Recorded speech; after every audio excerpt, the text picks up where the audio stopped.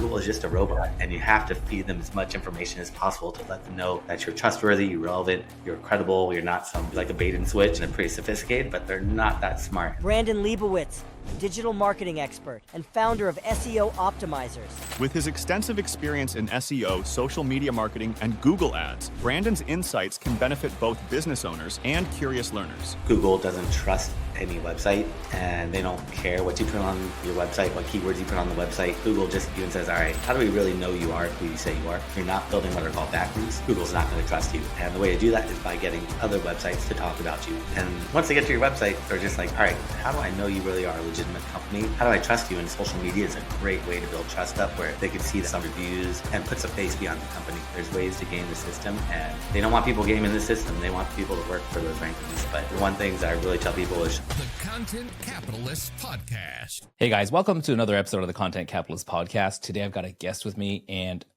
this hopefully is going to answer a question that I get a lot. And it's like, should I be, a lot of business owners, when they're thinking about advertising and marketing, they're thinking, should I be working on content creation, social media, marketing, or SEO? And I don't think it's an if or either or question. And luckily we have someone who is an absolute expert at SEO and also social media marketing. Brandon Leibowitz, welcome to the show. thank you for having me on today. Awesome.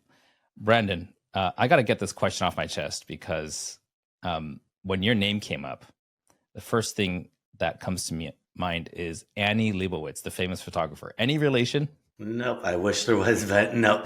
Get that one all the time, but she's the only famous Leibowitz out there. Okay. And I know this is totally off topic, but I believe it's like you have Jewish roots with that name. Is that right? Yeah. Got it. Mix of Eastern Europe, but yeah, all Jewish. Yeah. I mean, technically everybody in the U.S. is an immigrant, right? At some point. Oh, yeah. Pretty much almost everybody is almost came from somewhere else.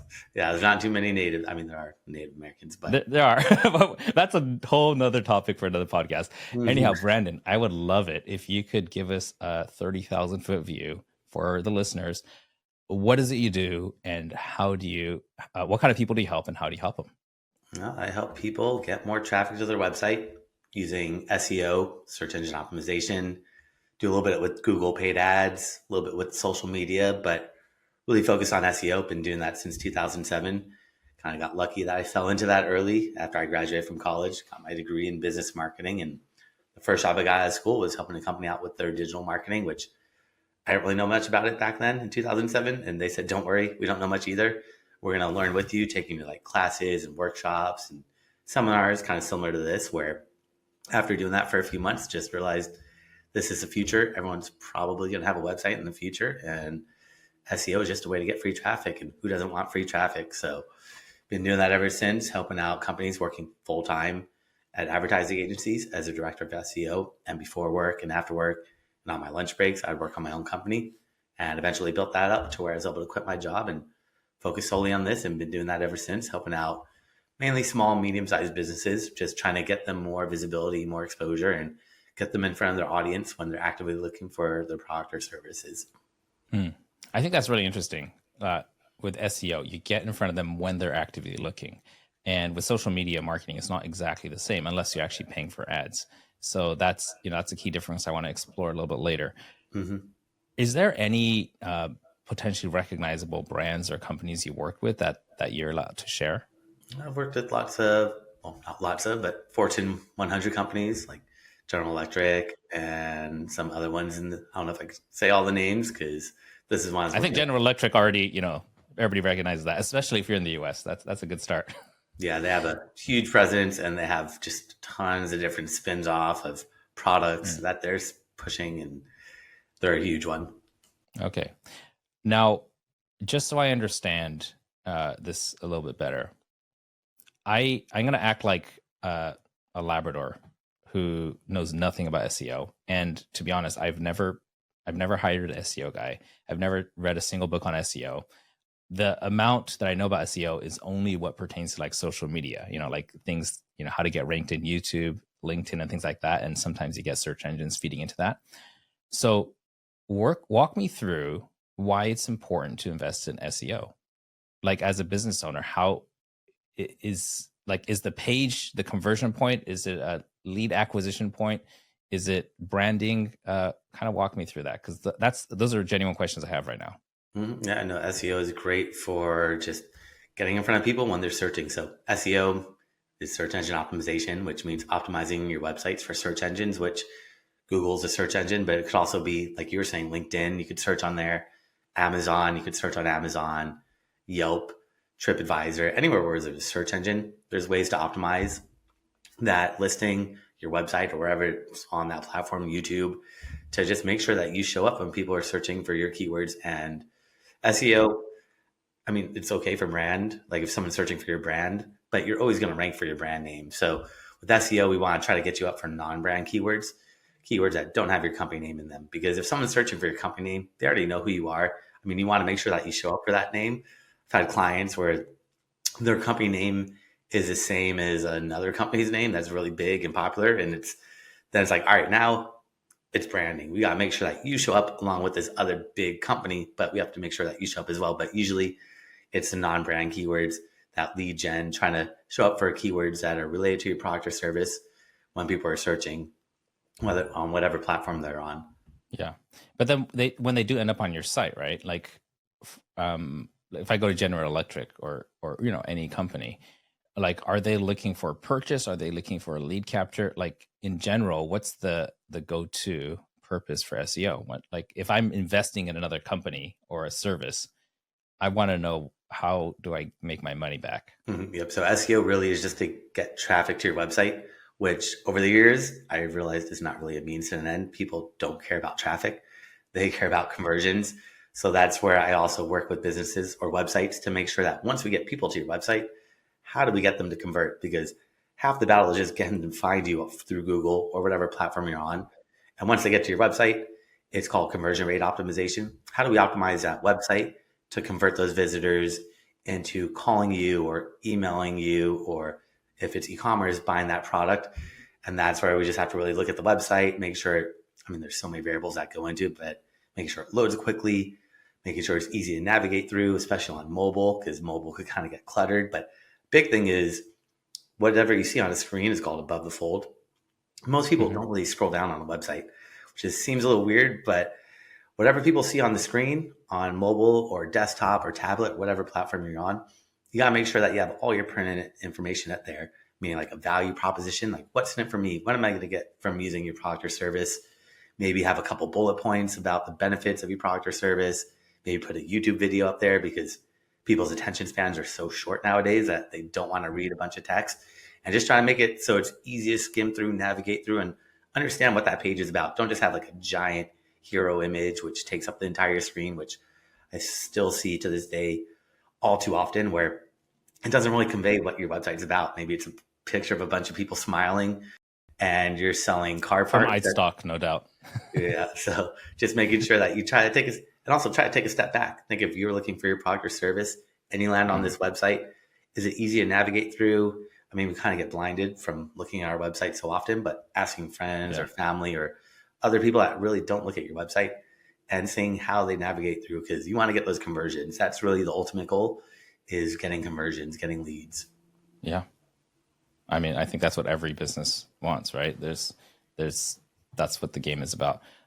Now, if we were to look at this, and you did say you do some like social media marketing too, like what do you say are the biggest differences between social media marketing, and I'm talking about organic here, social media marketing and SEO marketing? Walk me through the biggest differences. Well, SEO takes, unfortunately, time. So it's not immediate. Google doesn't trust any website, and they don't care what you put on your website, what keywords you put on the website. Google just looks at you and says, all right, how do we really know you are who you say you are? And the way to do that is by getting other websites to talk about you. The more websites that talk about you, the more popular Google sees you as. And then they look at those keywords on your website, but it doesn't work the other way around. If you're not building what are called backlinks, Google's not going to trust you. And building backlinks takes months. Sometimes it could even take years, depending on how competitive that industry is, to break through. So SEO is more the long-term play. Social media is a great way to just get in that market, and you don't have to compete with all the big players. I mean, you are still competing with them, but you could go viral and things like that without having to wait months and months and months Unfortunately, with organic, though, all these platforms kind of drop the reach so much that most of them are kind of pay to play platforms where like Facebook, you post on Facebook, I think now it's like 5% engagement rate. Instagram is owned by Facebook and they're slowly doing the same thing. They haven't done that yet because they have competition. They're competing against TikTok and Snapchat still, but the organic reach is dropped so much that it just makes it kind of tougher. But social is great for immediate results, penetrating that market. SEO is more that long-term play, and both work well. A lot of people think I should do one or the other, and they work really well together. I mean, social is also good for social proof. So somebody finds you on Google or whatever platform, they go to your website, and once they get to your website, they're just like, all right, how do I know you really are a legitimate company? Can I really buy off of you? Give me my credit card information. How do I trust you? And social media is a great way to build trust up, where they could see that you're active on these platforms. Some of them let you have reviews, and it just shows that you're a real business and puts a face behind the company. Perfect. One thing stood out to me from what you just said there. You said Facebook has a 5% engagement rate. Is that 5% of reach, 5% of followers? Like, where does that 5% come from? Oh yeah, 5% of reach. So if you have 100 likes on your Facebook page and you post on Facebook, only 5 out of those 100 people will see what you post without you having to click that little blue button at the bottom that says boost this post up. And then they'll show it to your whole audience. But if you're running paid ads, I would say avoid the boost because it doesn't really give you full control. If you really want to run social ads, you have to go into the real editor. Ads manager, right? Yeah. Now I've got some strategies that work actually better on with the boost function than ads, but most of the time you're going to want to go to the ads manager and to get a bit more control. Okay, this is super cool. Now SEO. Here's a question that I've got, right? And I'm going to go way back to the olden days, and I'm going to date myself a little bit here. Yellow pages. You remember those, right? Mm-hmm. Yeah. You pay money once, you get your little business listed with, you're in one of the columns. If you're rich, then you get a whole page, right? And once a year, you pay once and you're there forever. Now with SEO, it's like this monthly retainer that most agencies or experts require. So explain to me why there needs to be a constant monthly retainer, and what are you doing on a month-to-month, week-to-week, year-to-year basis as an SEO service provider? Yeah, the biggest thing is those backlinks I talked about a little bit earlier. And what is a backlink? A backlink is a clickable link from another website that points to yours. So if we're reading an article, let's say on Forbes.com, in there it says Brandon Leibowitz, and you click on it and it goes to my website, I'd be getting a backlink from Forbes.com. So the more websites that link out to you that are related to what you're doing, the more popular or trustworthy Google sees you as. So, and that's how Google's algorithm first started, is they said, we're not going to rank websites right? based off keywords. Yeah, we're going to rank them based off backlinks. And the way backlinks work, there's tools that I could see your backlinks, you could see my backlinks. And if I was trying to outrank you, I would look at your backlinks and try to acquire as many as possible that are relevant and authoritative. And once I get to that first page of Google, I'm pushing someone off that first page of Google because there's only 10 spots on that first page of Google. And that person or that website is not going to be happy. They're going to fight back, right? Yep, they're going to look at my backlinks, or they'll look at my content, my keywords, but they're really going to look at those backlinks and try to build more backlinks. The more backlinks that you have from relevant, authoritative sites, the higher you're going to rank. So not just building any random backlinks, because in the past it was the more backlinks you had, the higher you'd rank. If I have 100 and you had 200, you would rank higher than me. But now it's how many backlinks those backlinks have, right? Those backlink sources have too. It's like you could just keep going, building backlinks to your backlinks to your backlinks. And now one thing that really is a big issue is indexing. So I could build backlinks for my clients and get them published on these websites, but sometimes Google doesn't find these websites. So a way to get them to find them is you build backlinks to your backlinks, and that hopefully gets Google to find them a little bit quicker. And you can just keep doing that indefinitely and kind of build that strategy. But it really is those backlinks that requires a retainer, along with adding content, just updating your website every once in a while. Like sometimes, there's always trends. When I first started doing digital marketing, it was called internet marketing. So my whole website was focused on internet marketing. Now it's digital marketing. So I had to go back and change all my keywords from internet marketing to digital marketing. So just keeping up to date with search volume, trends, slang, industry jargon, things like that. Just making sure you're on top of that, because what works today doesn't always work tomorrow, and you just have to stay on top of that. 100%. I think the landscape moves even faster with social media as far as what works today doesn't work tomorrow. It's nuts. Um, I gotta backtrack a little bit. I lied earlier because I said I know nothing and I never did SEO. Um, this is a long time ago. I must have been like 2000 and 2004, maybe 2005, when I discovered this thing called affiliate marketing. And this is when Google didn't have a very sophisticated algorithm. I mean, it worked, but you could game it really easy. You remember those days, right? Right. So when I set up, I think I signed up to ClickBank and I bought some course about how to make money online. I was just like, okay, what's this internet thing, and can it really pay me? And the first website I set up was just this landing page, and I thought I was so clever. What I did is I took a whole bunch of high-ranking keywords and I set the font to white so they're invisible. And I had the whole background just flooded with keywords over and over and over again. And I couldn't believe it. It worked, and I ranked really well. And I thought it was so smart until, the Google slap came around and shut down all my stuff. But that was actually my like foray into, learning about doing business online. Not something I'm proud of, but also it was something that as a young adult I was curious about, and it worked. And that brings me to the next topic. Like the idea, I don't think people use that term Google slap very much anymore, but every now and then they update their algorithms so drastically something that was working well stops working well because they want to change the behavior of marketers. What have you seen happen recently? Yeah, Google is constantly changing and updating their algorithm pretty much daily. Every few months, they'll have a big update. And like you said, like in the past, Google didn't really care about that keyword stuffing behind those keywords until like the penguin and panda updates came up in like 2011, where they really looked at backlinks and content and just focused on like quality, don't hide stuff. Google pretty much knows almost every trick nowadays, but some of the big ones more recently now is like Google looks at user experience. So if you're ranked number one on Google, and everyone that goes from Google to your website, if a majority of those people hit that back button, Google's going to look at that like, all right, maybe this isn't the best result. Let's try ranking number two and moving whoever's in number two up to number one and see, do people stay on the website or do they hit that back button and come back to Google? Because Google wants to have a good user experience.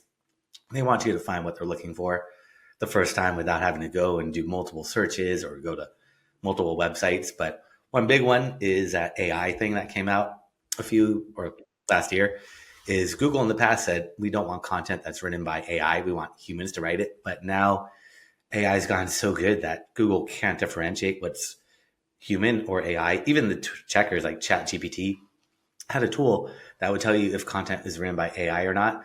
And they took that down a few months ago because it doesn't work anymore. Like they thought the Bible was written by AI. So yeah. Now Google says if your content, as long as it offers value, that's number one. So if you're just copying and pasting AI content, Google's probably going to penalize you and drop you down those rankings. But if you go in, edit it, make sure it's accurate and provide value to the user, Google said, we don't really care anymore. We'll let that slide. So that's a big one that just came out a few months ago, or like last year, actually. Yeah. I mean, they might as well say that because they literally can't control it. So I'd imagine as an AI engineer, that would be one of the easiest problems to solve because it is literally the definition of machine learning. They just keep giving, they just keep making variations until the result matches the model, right? And AI figured that out real fast. AI versus AI. Yeah. AI versus AI is an interesting one, but that has taken over, and I feel like that is going to be the future with everything is AI. And how are you leveraging AI right now?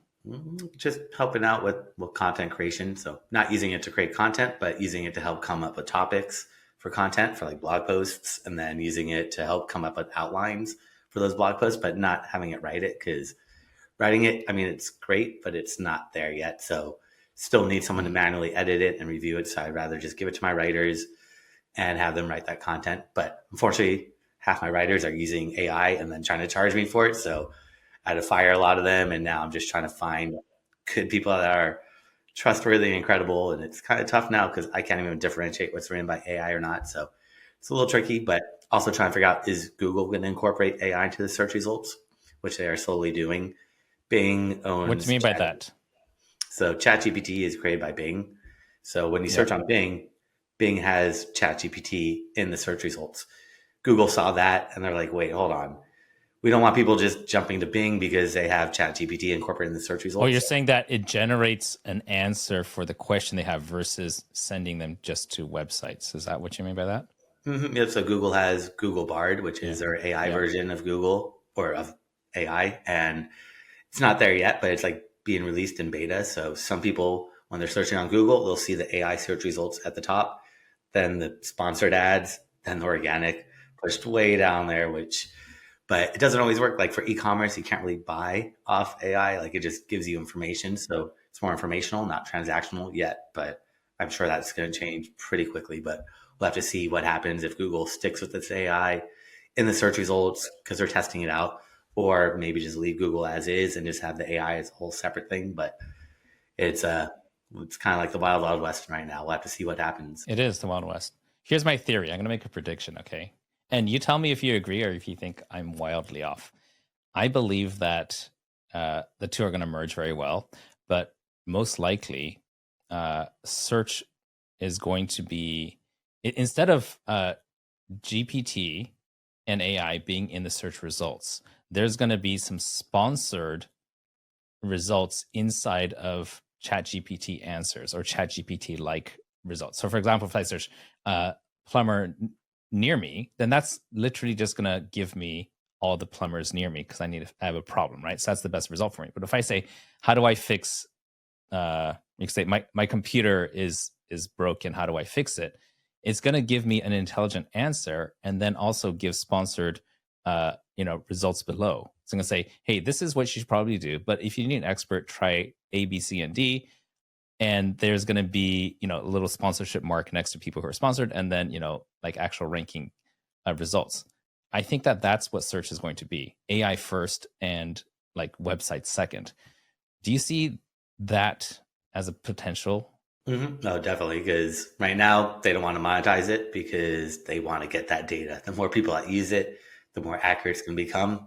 And once they have it to a level that they're happy with, then they could realize like, all right, there's no more of these AI hallucinations where AI makes up the answer if they don't know it. So which is kind of weird and not the best user experience. But once they get through all that, I definitely feel like they're going to monetize it somehow besides just having ChatGPT 4 where you pay that $20 subscription, which is nothing compared to how much they could really make if they have the sponsor results and people click on those ads, because Google brings in hundreds of millions probably each day off those paid ads. I was working in the past with ad agencies where they're spending $1 million a day on Google ads, which seems insane, but it works. They're getting that return on ad spend. And as long as you're making more than you're putting in, just keep feeding that machine. And AI is probably going to be something similar to that. That's amazing. It's crazy how much it's changing so fast. Like, for example, with, oh gosh, I forgot the name. Apple's new thingy. The Vision. Vision. Yeah. Vision Pro. That, like, okay, ChatGPT and OpenAI has been around for a while, but like in November 2022, it kind of went public, right? And everybody started exploding because they made that free version. And then everybody's ears perked up. It's like, this is going to change everything. And now it's through this kind of this stage where people are trying to figure out, like what is really, how is it going to change everything? And, there's all different iterations. And with the Vision Pro, I think the same thing is happening. There's so many people who are saying, and I don't own one. I don't know if I even plan on buying one, maybe version 4 or 3, but so many people are saying this is going to change everything. But how it's going to change everything is yet to be seen. I'm kind of comparing it to like the very, very first iPhone. There was no app store, it was 2G internet. There was, a crappy camera. Like everything about it was as basic as it gets, but it changed everything because people saw the possibility and built on top of it. So I think that maturity level of the technology that's running the internet is it's really guided. I think technology is a catalyst, but human behavior is what's really going to guide it in the end. That's not really a question. It's just kind of sharing my thoughts on the maturity of different technologies. Yeah, no, definitely. Yeah, it's at that infancy, and yeah, the Vision Pro is interesting.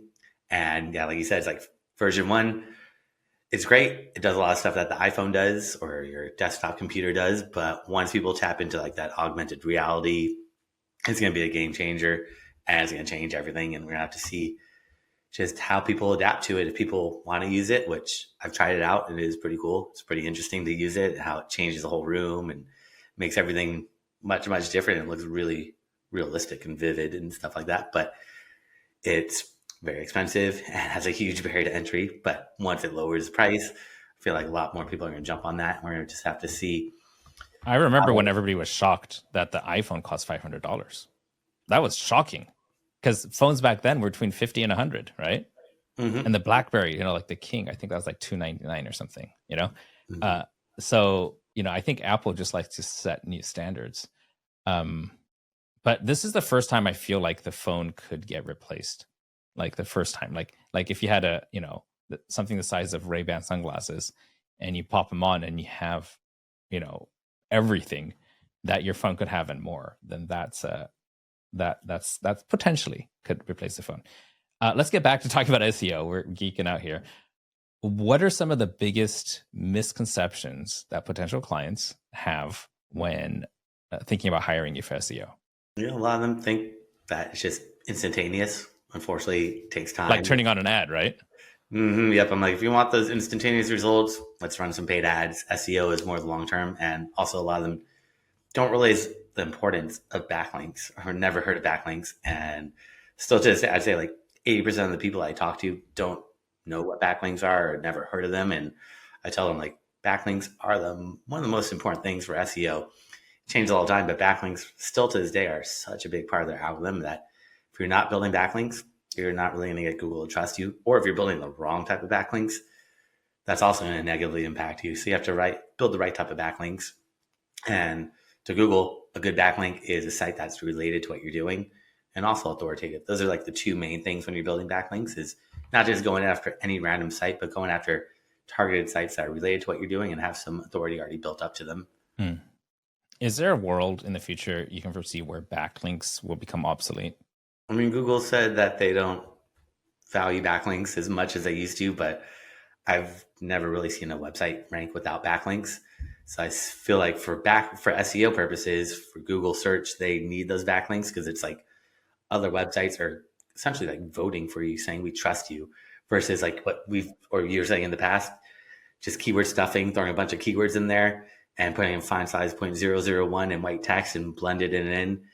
It tricks Google. It tricks the search engines because they're just robots. They're not that smart. I mean, they're pretty sophisticated, but they're not that smart. And there's ways to game the system, and they don't want people gaming the system. They want people to work for those rankings. So I'm not sure what else they could use besides, I mean, they look at like social signals, they look at user experience or behavior, like how long do they stay on your website. But those backlinks are like votes from other websites. So I'm not sure how they could have other websites essentially vouching for other websites without those backlinks for the time being, but we'll have to see. And does Bing look at backlinks the same way as Google? Mm-hmm. Yep, they all look at backlinks as a big part of their algorithm. They all have different weights to how they look at the backlinks, if they're do follow or no follow, or if they're what anchor text is in there, or if it's an image backlink versus a text backlink. They're all going to have different weights. Or sometimes if your name is just mentioned there, like it could be my company, SEOoptimizers.com, is not a clickable link, but it's mentioned there. That could be like a citation.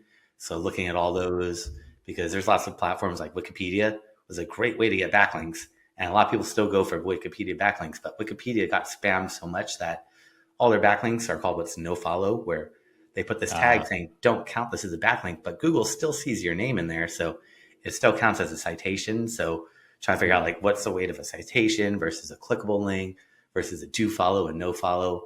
And there's just so many variables that go into it that it's tough where I just nowadays don't even worry about that. Just focus on good quality backlinks from sites that have traffic and sites that are related to what you're doing. And don't just spam or go for these ones that are like where you're kind of like tricking stuff, like gaming the system, and it's going to do more harm than good. Yeah, you could probably find loopholes, but they all eventually get shut down, don't they? Mm-hmm. Yep, there's always those loopholes, but it's better to just go for the quality versus that short kind of term game where you might game the system for a few months and get that traffic, but once Google sees it, or once your competitor sees it and tells Google, then your traffic is going to just drop down, which you don't want that to happen.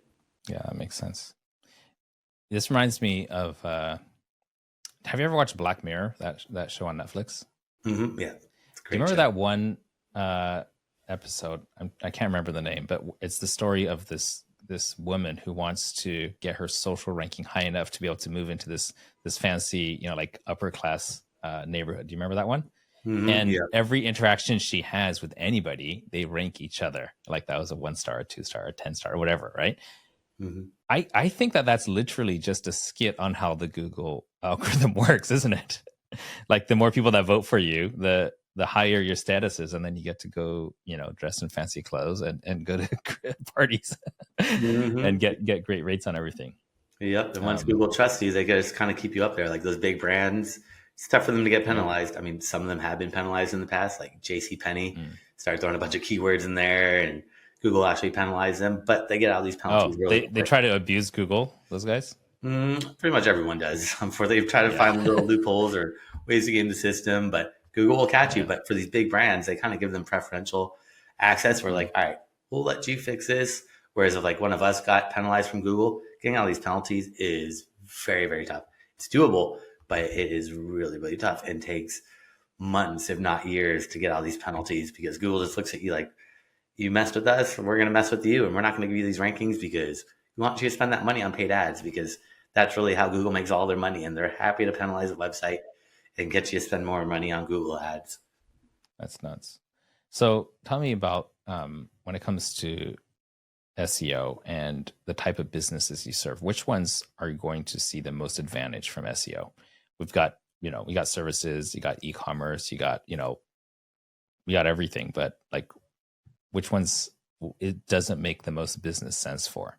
That just depends on the competition. So for e-commerce, it works very, very well. But if you're just selling something really generic, like I get a lot of people that have come to me in the past saying like, I'm selling t-shirts or socks. I'm like, all right, it's going to be really, really tough to beat these competitors because whoever ranks on that first page of Google is your competition. And if you're selling socks or t-shirts, you got Amazon and Target and Walmart and all these big, big brands. And if you're just a startup, it's going to be really, really tough. But if you can find something unique about, like if you're selling like organic hemp children's t-shirts or something really, really niche, then it's going to move the needle much faster. So finding something that differentiates yourself, and same with like service-based businesses.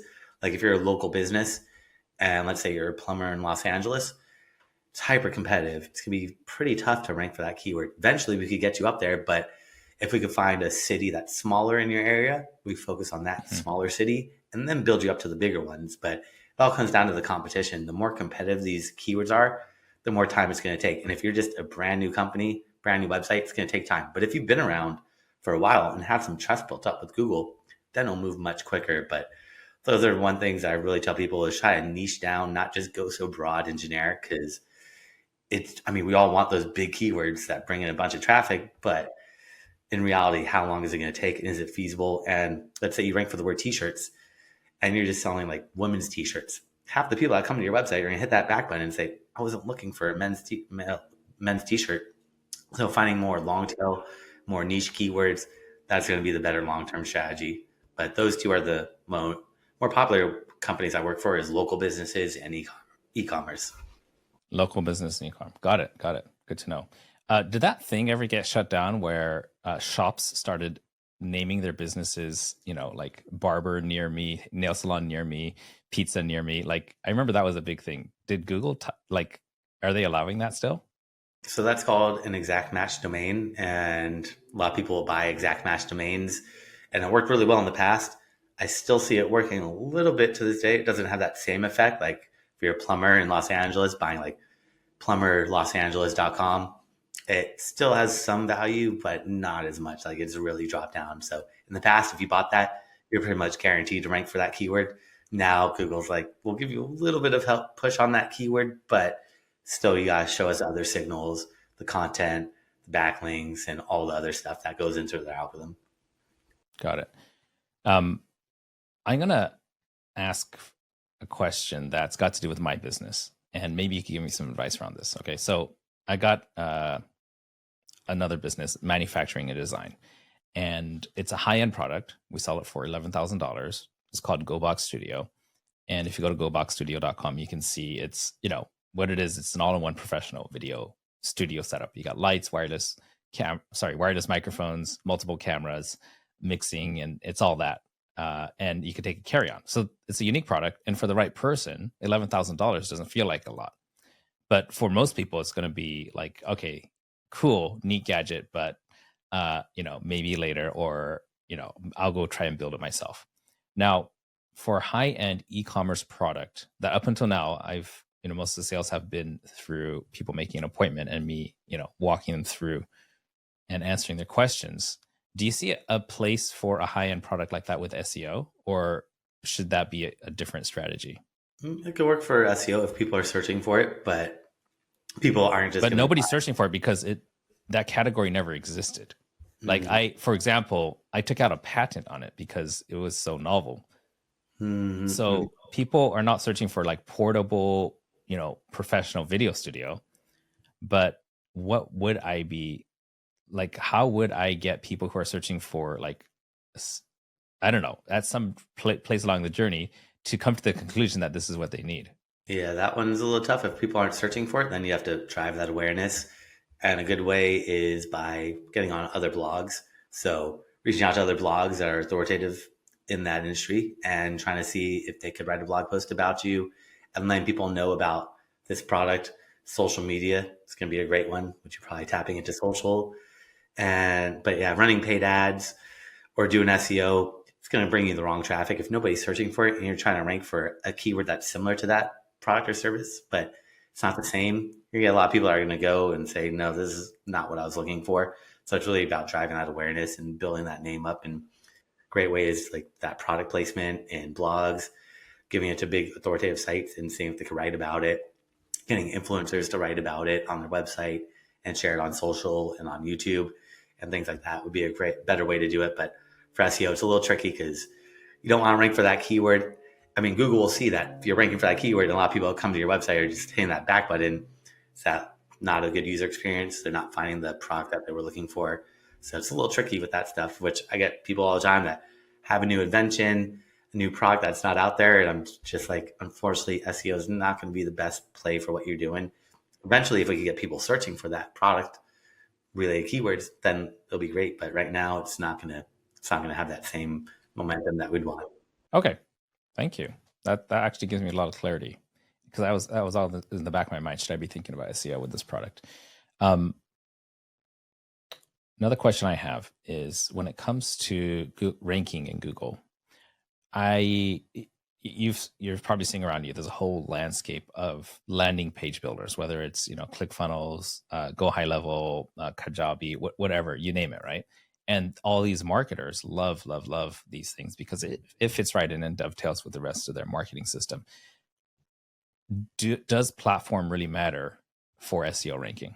I mean, not too much. I mean, in the past, WordPress is the best because it lets you do anything and customize everything.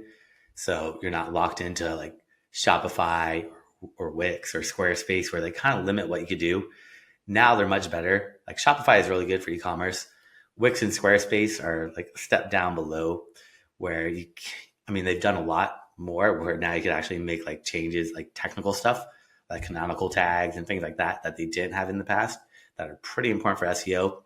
But like ClickFunnels, that's really kind of, you're just renting space off those platforms and they kind of lock you in where they don't give you full control. So anywhere where you don't get full control, those are not going to be the best platforms, but switching from one to another is not really necessary nowadays. Like if you're on Wix, I wouldn't say just jump to WordPress unless you are rebuilding your website. Then I'd say, all right, if you're building a new website or rebuilding it, then I'd probably look at WordPress or Shopify if you're e-commerce because they give you a lot more features and functionality.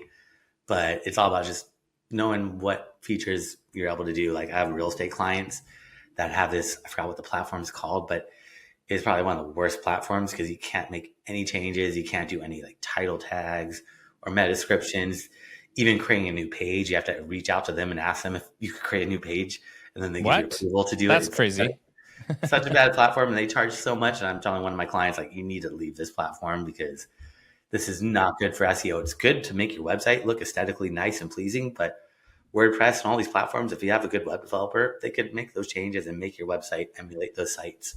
Yeah, that's crazy. That I would feel like if I was in that situation, I'd feel like I get to an Airbnb, right? And then the host is like, yeah, every time you use the bathroom, just come knock on my door and ask for the key. Like at a gas station, you know? Mm-hmm. Which is like, that's not a great experience. Yeah, frustrating. That's crazy. Yeah, leave them. Mm-hmm. Okay. Walk me through something here. A lot of people might be thinking like, well, when it comes to SEO, why don't I just, watch YouTube videos, buy a course, learn it? Obviously, you and I, we're both in the services industry. We help people do, we do the stuff for them in different fields. Can you tell me, like, if somebody has a website, let's say on Shopify, and they're thinking about doing it on their own, what are the pitfalls they should be watching out for? How much time should they expect to have to invest? And on a per day, per week kind of basis?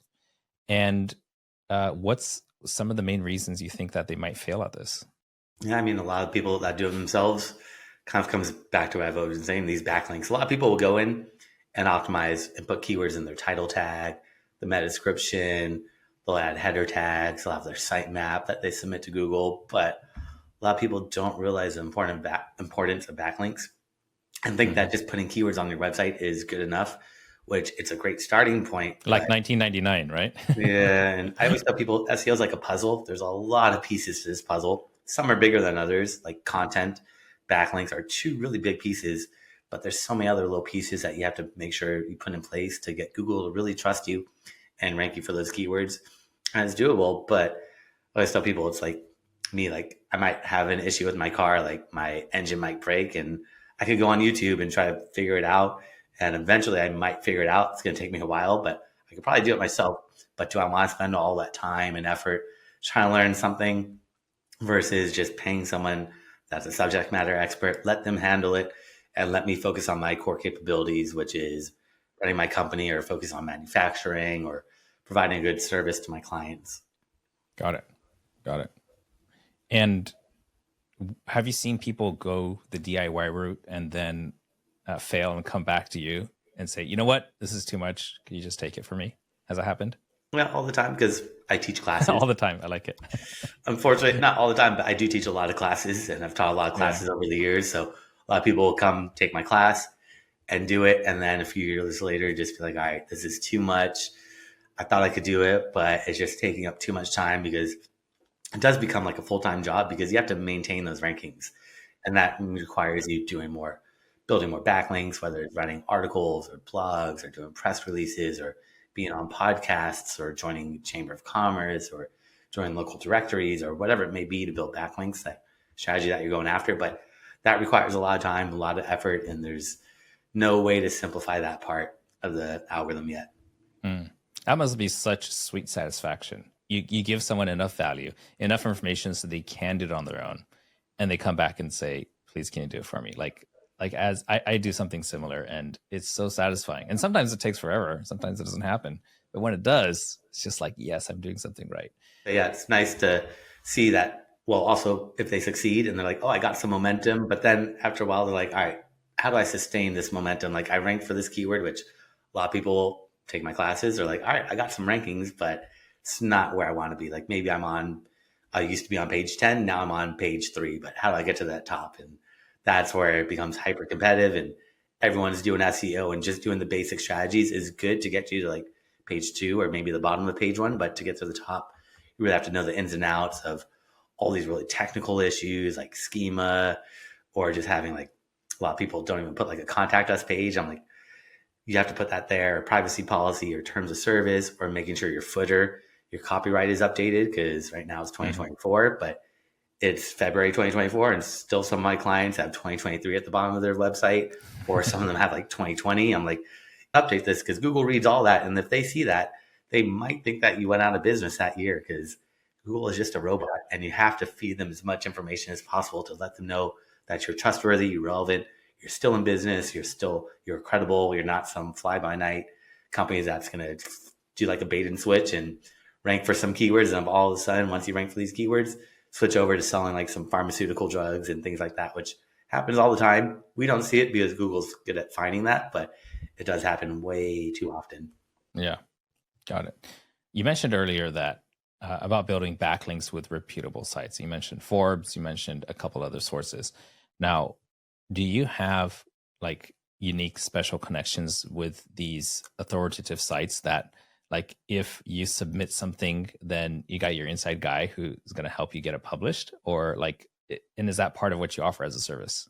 In the past, I had some people, but the thing is, like, so many of them, like, so someone working for Forbes, if I'm helping someone that sells t-shirts, so we want to be on like a fashion side of Forbes, and they're gonna have a different writer versus like me. I do marketing. I want to be on the marketing or the business side, so it's going to be a different writer. So having connections there is good, but it only works for whatever niche that they're writing about or whatever content they're putting out there. So, and also a lot of them, it's not the best anymore. Like a lot of these, just like if I'm just reaching out to somebody, they're probably letting me do it. They're probably letting a bunch of other SEO people do it as well. And they're just going to put low quality content up there.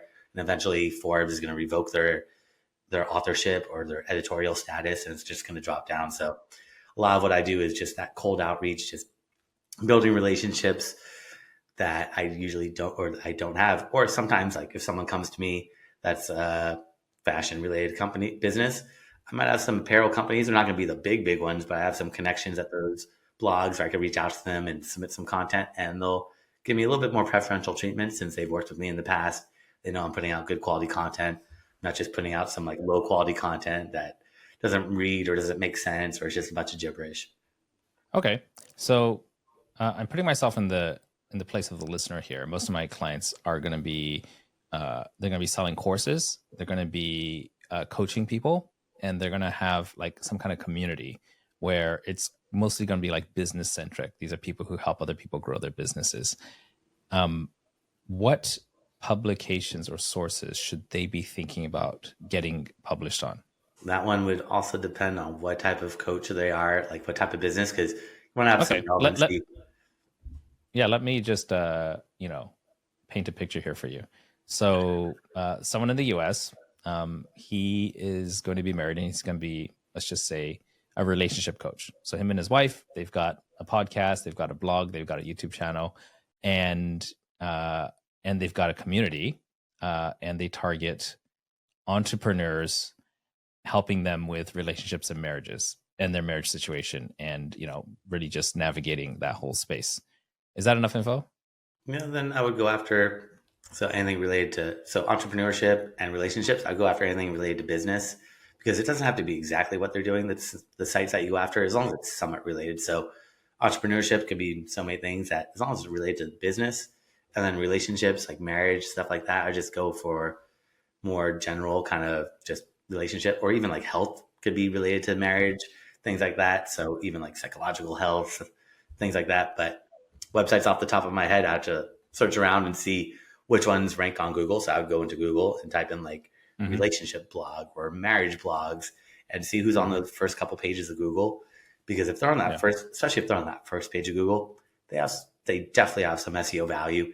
And if you could get those websites to link to you, that's going to be the best, especially your keywords. So if you search your keywords, and if I might be tough because of your competition, but if you could get all 10 of those websites that are on that first page of Google for your keyword to link out to you, that's going to show Google that you're really relevant to that specific keyword. So it's not just here's a list of sites to go after, but let's search on Google and see what Google thinks are relevant or authoritative sites. Because what we think, like there might be a magazine that's huge, but if they don't rank on Google, then offline it's really good to be on, but online it's not going to have that same impact. So looking at what Google treats as a good site by just searching on Google and searching around for multiple keywords that are related. It doesn't have to be your exact business, but as long as it's somewhat related, those are the type of sites that Google wants to see. Right. Well, I think we're almost out of time here, but everything you've shared so far is super interesting. And I think that, like you said, you answered one key question for me, which was about my own product. It's a new business. It's a new invention. Nobody knows it exists, but when they see it, they're amazed. That's not an SEO move. That's more like a social media marketing ads type of marketing move. So thank you for that. And I think everybody who's listening they're probably going to take away a lot from this in terms of, deciding what sector to hit and how to do that. If anybody listened to it this far, I'm going to assume that something that we discussed, something that you shared was really interesting. How can people get in touch with you, and where's the best place for them to, maybe ask some questions they have about potentially working with you? Yeah, so anyone still listening, I created a special gift for them. If they go to my website at SEOoptimizers.com, that's SEOoptimizers.com/gift. They can find that there, along with my contact information and classes I've done over the years. I've thrown up for free so they could see step by step a lot of stuff that we talked about. And also, if they want to book some time on my calendar for a free website analysis, I'm happy to check out their website, and they can book some time on my calendar there for free as well. Perfect. And we'll have all the same links down below. If you're watching on YouTube, it's going to be in the description. If you're listening to the podcast, you're going to find that in the show notes. Any last word of advice for somebody who's considering going into this, working with SEO? Just be patient. Don't get discouraged if you don't see results right away. I get a lot of clients that come to me and we'll start working together. And after like 2 months, they're just like, why am I not ranking at the top of Google? And I tell them it just takes time. So as long as you stick with it and see that growth, as long as you see yourself moving up, looking at like Google Analytics or Google Search Console to track your traffic, you'll see that you're moving up. And just don't get discouraged. A lot of people just give up and say this is not working, but it's more the long-term play. So keep doing SEO, but also do email marketing, do social media, do paid ads. It all works together. You don't want to just put all your eggs in one basket. SEO is just to get a way to get free traffic, but there's so many other ways to get traffic, and you just really want to diversify and get traffic from as many sources as possible that your audience is on. You don't have to be everywhere, but you just have to try to understand who is your audience, where are they, and how do I get in front of them? Perfect. Thank you so much for that. I want to point out that when you said, like people are not seeing quick results, you say, it takes time.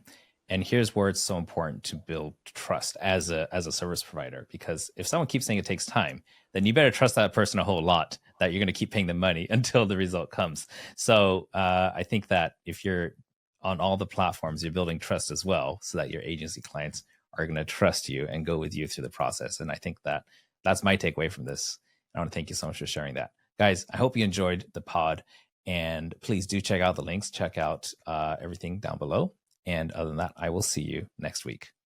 No hustle, worship here, we're a different breed. Action is what we got if action is what you need. Content capitalist, we're breaking the mold. Cause the old ways fade, new stories to be told. So content capitalist, get to the prize. This is the Content Capitalist Podcast, and my name is Ken Okazaki. There are as many ways to make money with content as there are people doing it. So listen in as my clients, past, present, and future, unpack how they crack the code to making $1 million a year or more while capitalizing on their content. Let's get started.